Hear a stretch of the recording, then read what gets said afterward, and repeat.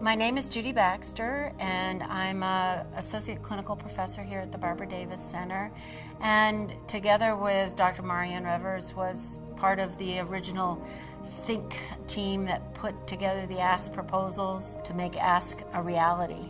My vision for the ASK program is a research study.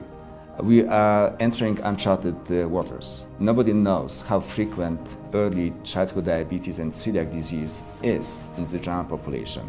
ASK is trying to make a case for universal screening so that all children between the ages of 1 and 17 are screened for type 1 diabetes and celiac disease. Those children who have multiple antibodies for type 1 diabetes are at high risk for developing the disease. If you monitor kids who are at high risk, you can prevent some really severe consequences at diagnosis. And that was a translatable finding that could make a difference for huge numbers of people.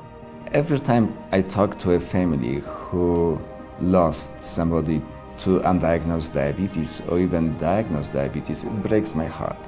We have to do better. And prevention is the way to go here. Of all of the kids diagnosed in Colorado with type 1 diabetes, 40% end up in DKA.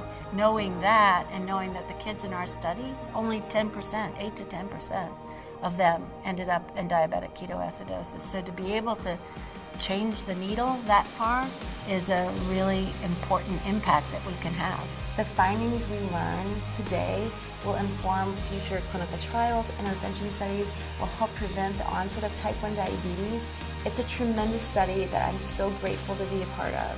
Clearly the most rewarding aspect for me is both intellectually thinking that this research is going to be able to make a difference, maintaining, creating, sustaining the team effort that's required to do this work, collecting data, making sure it's the quality that it is, that we can get to the answers that are going to make the difference.